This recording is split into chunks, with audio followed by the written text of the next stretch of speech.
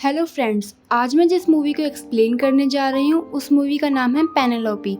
ये स्टोरी है एक ऐसी लड़की की जिसका फेस कर्स की वजह से एक पिग की तरह दिखता है। तो मूवी की स्टार्टिंग में एक विलेम फैमिली को दिखाया जाता है। उस फैमिली के एक मेंबर राल्फ को अपनी सर्वेंट क्लारा से प्यार हो जाता है जो कि प्रेग्नेंट थी। जब राल्फ ये बात अपनी फैमिली को बताता है तो सब उसका मजाक उड़ाते हैं और राल्फ को भी लगता है कि वो क्लारा से शादी करके बेवकूफ़ी कर रहा है, जिसके बाद वो किसी और से शादी कर लेता है और क्लारा ये सदमा बर्दाश्त नहीं कर पाती और सुसाइड कर लेती है।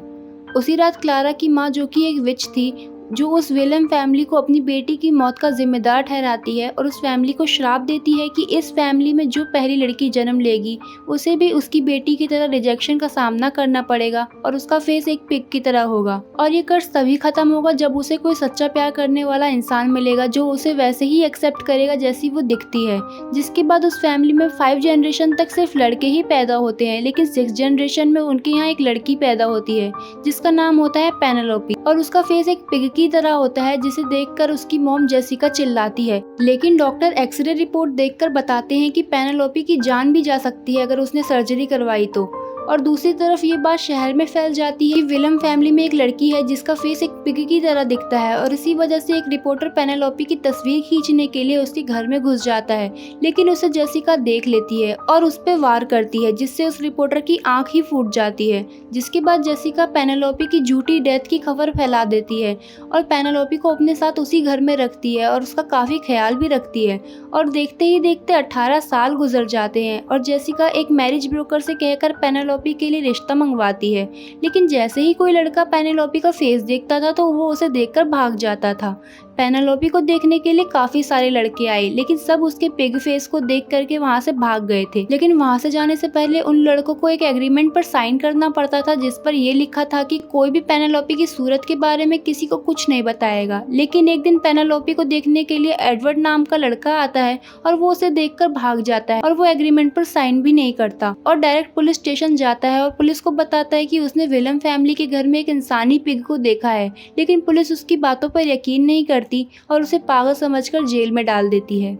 नेक्स्ट डे एडवर्ड न्यूज़पेपर में अपने बारे में पढ़ता है जिसमें एक रिपोर्टर ने उसे पागल कह दिया था। ये पढ़कर एडवर्ड को काफी गुस्सा आ जाता है क्योंकि वो उस शहर का होने वाला मेयर था और अगर इस खबर के बारे में उसके डैड को पता चला तो वो एडवर्ड को छोड़ेंगे नहीं। जिसके बाद एडवर्ड उसी रिपोर्टर के पास जाता है और उसे कहता है कि उसने सच में एक इंसानी पिग को देखा है, लेकिन वो रिपोर्टर उसकी बातों पर यकीन नहीं करता। और जब सिक्योरिटी गार्ड उसे ऑफिस से निकाल रहे होते हैं तब उसकी आवाज लेमन सुन लेता है और ये वही शख्स होता है जिसकी जेसिका ने आँख ही फोड़ दी थी। उसके बाद एडवर्ड और लेमन एक टीम बन जाते हैं और वो दोनों कसिनो जाते हैं जहां वो मैक्स से मिलते हैं जो काफी अच्छे घर से था, लेकिन उसकी जुए की लत की वजह से उसके घर वालों ने उसे निकाल दिया था।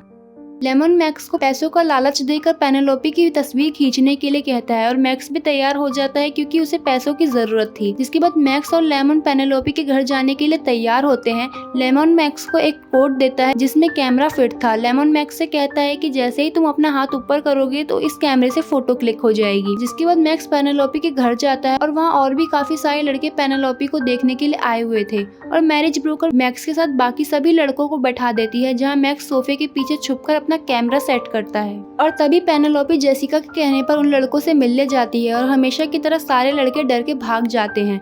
फिर पेनेलोपी अपने रूम में जाती है। उसके रूम में 1 साइडेड मिरर होता है जिससे वो मैक्स को देखती है और पेनेलोपी को लगता है कि शायद मैक्स ने उसे देख लिया है, लेकिन फिर भी वो भागा नहीं है। फिर मैक्स और पेनेलोपी बातें करते हैं और मैक्स पेनेलोपी की बुक उठा लेता है, लेकिन उसे लगता है कि वो उसकी बुक को चुरा रहा है। तब पेनेलोपी उसे उसकी बुक की एक कॉपी दे देती है। जिसके बाद पेनेलोपी वहाँ से जाने का नाटक करती है और मैक्स भी उस बुक लेकर जाने का नाटक करता है क्योंकि उसे पता होता है कि पेनेलोपी उसे देख रही है और ऐसा ही होता है। तब पेनेलोपी अपने घर कल फिर से आने को कहती है। ये सब देखकर जेसिका काफी खुश हो जाती है अपनी बेटी के लिए।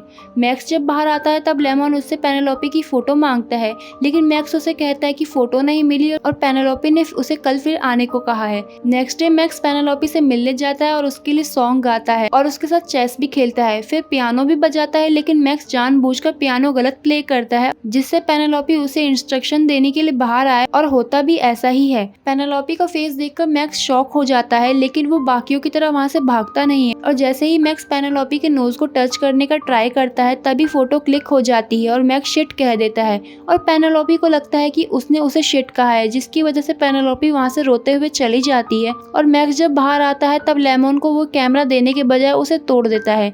जेसिका मैक्स को वापस बुलाने के लिए उसके पीछे जाती है, लेकिन वो उसे उस रिपोर्टर के साथ देख लेती है और मैक्स को आता देख दरवाजा बंद कर लेती है। लेकिन मैक्स किसी तरह उस मेंशन में फिर से आ जाता है और पेनेलोपी से सॉरी कहता है, लेकिन पेनेलोपी उसे कहती है कि उसके ऊपर एक कर्स है जिसे सिर्फ मैक्स ही खत्म कर सकता है उससे शादी करके। लेकिन मैक्स पेनेलोपी से शादी करने के लिए मना कर देता है और वहाँ से चला जाता है और पेनेलोपी को काफी दुख होता है और वो उसी रात उस मेंशन से बाहर निकल जाती है और पहली बार वो इस दुनिया को देखती है, क्योंकि बचपन से लेकर आज तक वो सिर्फ मेंशन के अंदर ही रही थी और उसने अपने फेस पर कपड़ा बांधा हुआ था, जिसकी वजह से उसे कोई दिक्कत भी नहीं होती और वो इस दुनिया को देखकर काफी खुश होती है। दूसरी तरफ जेसिका पेनेलोपी को मेंशन में ना पाकर पेनेलोपी की काफी चिंता करने लगती है। तभी पेनेलोपी अपने घर कॉल करके अपनी मॉम को गुड बाय कहती है और उसके बाद वो एक होटल में रूम रेंट पर लेती है और वो अपनी मॉम का क्रेडिट कार्ड यूज करती है। दूसरी तरफ मैक्स भी पेनेलोपी के साथ बीते पलों को याद करता है और पियानो बजाता है। अब रिपोर्टर को भी ये पता चल जाता है कि पेनेलोपी मेंशन से बाहर है और वो एडवर्ड की मदद से पेनेलोपी का स्केच बनवाता है, लेकिन एडवर्ड पेनेलोपी का काफी डरावना स्केच बनवा देता है और उसे न्यूज़पेपर में प्रिंट कर देता है और उस पर इनाम भी रखता है। जब पेनेलोपी अपनी फोटो न्यूज़पेपर में देखती है तब वो डिसाइड करती है कि वो खुद अपनी फोटो रिपोर्टर को देगी, जिसके बाद वो अपना फोटो शूट करवाती है और रिपोर्टर को अपनी फोटो दे देती है। रिपोर्टर जब पेनेलोपी की फोटो देखता है तो उसे काफी अफसोस होता है, क्योंकि पेनेलोपी इतनी भी डरावनी नहीं दिखती थी जितनी डरावनी एडवर्ड ने उसकी तस्वीर बनवाई थी। और मैक्स भी पेनेलोपी की फोटो देखकर उससे इंस्पायर होता है और जुए की लत को छोड़कर पियानो प्ले करने का काम शुरू कर देता है। दूसरी तरफ पेनेलोपी एक बार में जाती है जहां उसे एनी नाम की लड़की मिलती है और एनी बातों ही बातों में पेनेलोपी से कहती है कि उसके कान काफी अजीब हैं, लेकिन वो उसे दिखाने से नहीं डरती क्योंकि वो पेनेलोपी की तरह डरपोक नहीं है। और पेनेलोपी एनी की इस बात से इंप्रेस होकर उसके साथ बाहर घूमने के लिए जाती है और वो दोनों काफी अच्छे दोस्त बन जाते हैं और एक दूसरे के साथ काफी सारा टाइम स्पेंड करते हैं। घूमते घूमते पेनेलोपी को उसकी मॉम जेसिका देख लेती है और उसका पीछा करती है, लेकिन पेनेलोपी भागकर जल्दी से एक बार में छुप जाती है, लेकिन वो वहां जाते ही बेहोश हो जाती है। जिसके बाद एनी उसकी फेस पर से मास्क हटा देती है और जब पेनेलोपी को होश आता है तब वो देखती है कि बहुत सारे रिपोर्टर्स पेनेलोपी को देखने के लिए आए हुए हैं और अब पेनेलोपी उन सबके सामने बिना फेस को कवर किए जाती है और काफी सारे इंटरव्यूज भी देती है। दूसरी तरफ कुछ रिपोर्टर्स पेनेलोपी के बारे में एडवर्ड से पूछते हैं तो एडवर्ड रिपोर्टर्स को कहता है कि पेनेलोपी को पिंजरे में होना चाहिए, जिसे सुनकर रिपोर्टर्स दंग रह जाते हैं क्योंकि एडवर्ड उस शहर का होने वाला मेयर था। अब सबको पेनेलोपी की सच्चाई पता थी, इसलिए सब लोग उसे चाहते थे और एडवर्ड के फादर अपने फायदे के लिए एडवर्ड को पेनेलोपी से शादी करने के लिए फोर्स करते हैं। पेनेलोपी एक क्लब में जाती है जहां उसे मैक्स मिलता है और मैक्स मिसअंडरस्टैंडिंग को दूर करने की कोशिश करता है, लेकिन पेनेलोपी वहां से चली जाती है और अब एडवर्ड पेनेलोपी के घर आता है और उसे शादी की बात करता है, जिसके लिए पेनेलोपी पहले तो मना कर देती है, लेकिन जेसिका के दबाव में आकर वो शादी के लिए हाँ कह देती है। दूसरी तरफ लेमन को ये पता चल जाता है कि जिस आदमी को वो तब से मैक्स समझ रहा था वो असल में जॉनी है और जॉनी पेनेलोपी से मिलने के लिए पार्टी में जाता है जहां वो उसे कहता है कि एडवर्ड सही आदमी नहीं है, लेकिन एडवर्ड उसे पार्टी से बाहर ले आता है और जॉनी से कहता है कि उसे पेनेलोपी से शादी करनी ही पड़ेगी, क्योंकि अगर वो ऐसा नहीं करता है तो पेनेलोपी का दिल फिर से टूट जाएगा और उसका कर्ज खत्म भी नहीं हो पाएगा। और ये बात सुनकर जॉनी वहाँ से चला जाता है। जिसके बाद रिपोर्टर जॉनी से मिलता है क्योंकि वो जानता था कि जॉनी पेनेलोपी को पसंद करता है, लेकिन जॉनी उससे कहता है कि वो पेनेलोपी से शादी नहीं कर सकता क्योंकि वो शायद उसका ट्रू लव नहीं है। जिसके बाद लेमन जेसिका को जॉनी के बारे में बताता है, लेकिन जेसिका इसके बारे में पेनेलोपी को कुछ नहीं बताती और पेनेलोपी सही वक्त पर शादी करने से मना कर देती है क्योंकि वो अपना कर्ज खत्म करने के लिए किसी ऐसे इंसान से शादी नहीं करना चाहती थी जो उससे प्यार ना करता हो।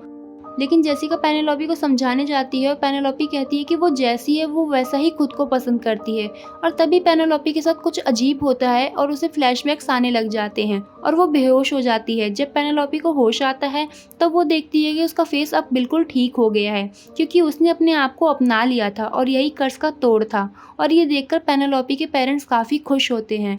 और अब 25 साल बाद जेसिका का सर्वेंट अपनी जॉब छोड़ देता है। असल में वो वही विच थी जिसने उनकी फैमिली को श्राप दिया था और अब काफ़ी टाइम गुजर जाता है और पेनेलोपी एक स्कूल में पढ़ा रही होती है और हैलोवीन के दिन उसके स्टूडेंट्स वही पिग मास्क लगाकर हैलोवीन सेलिब्रेट करते हैं और पेनेलोपी को वही फाइल मिलती है जो रिपोर्टर जेसिका के पास छोड़कर गया था। पेनेलोपी वो फाइल पढ़ती है और उसे सच का पता चल जाता है, जिसके बाद पेनेलोपी हैलोवीन पार्टी में जॉनी से मिलने जाती है, जहाँ जॉनी पहले तो पेनेलोपी को पहचान नहीं पाता, लेकिन जब उसे बातों ही बातों में पता चलता है कि वो पेनेलोपी ही है, तब जॉनी से किस करता है और अपने प्यार का इजहार करता है और उससे सॉरी कहता है कि वो उसका कर्ज नहीं तोड़ पाया। लेकिन पेनेलोपी अपना मास्क उतार देती है और जॉनी को बताती है कि उसके कर्ज का तोड़ हमेशा से वही थी और वो दोनों काफी खुश होते हैं। और हम देखते हैं कि पेनेलोपी ये स्टोरी अपने स्टूडेंट्स को सुना रही होती है और इसी के साथ ये मूवी एंड हो जाती है। अगर आपको हमारी वीडियो पसंद आई हो तो इसे लाइक करना ना भूलें और चैनल को सब्सक्राइब जरूर कर लें।